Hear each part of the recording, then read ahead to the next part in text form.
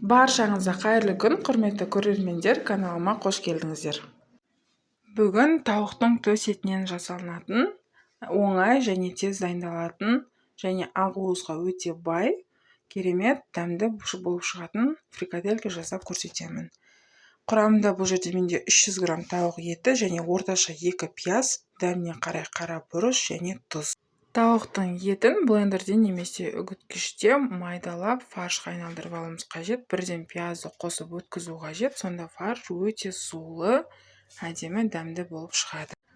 Құрамына өз қалауларыңыз бойынша басқа да заттар қоссаңыздар болады. Мысалы, аскөк қоссаңыздар болады. Енді өз фантазияларыңызға байланысты. Менің балаларым жемегендіктен мен тек қана осы тауық еті мен пияздан ғана жасадым. Тауық еті өзі жабысқақ болғандықтан құрамына жұмыртқаны қосудың қажеті жоқ, өзі жабысқақ болып келеді. Міне фаршты осылай толықтай айналдырып болғаннан кейін дәміне қарай тұзын және қара бұрышын қосып жақсылап араластыру қажет болады.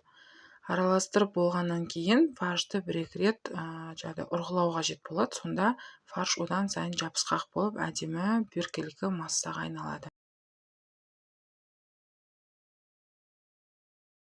Фарш дайын болғаннан кейін қолыңызды мұздай суға мала отырып, осылай фарштарды дөңгелек формаға енгіземіз.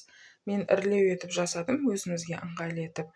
Әрине өз қалауларыңыз бойынша майда не бұдан да ірі етіп жасасаңыздар болады. Фарш құрамында жұмыртқа жоқ болса да, яғни тамақтың ішінде пісіп жатқанда шашылып кетіп, немесе үгітіліп кету болмайды.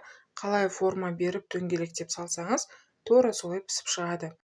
Алдын ала осылай фрикадельке дайындап, мұздатқышқа қатырып қойсаңыздар да өте ыңғайлы, кез келген уақытта алып қолдана бересіздер.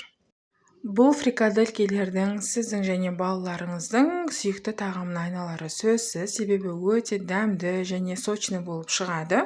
Сондай-ақ өте тез жылдам дайындалады. Егер сізге рецепт ұнаған болса, каналыма жазылып, подписка жасап және лайк басуды ұмытпаңыз. Ас болсын.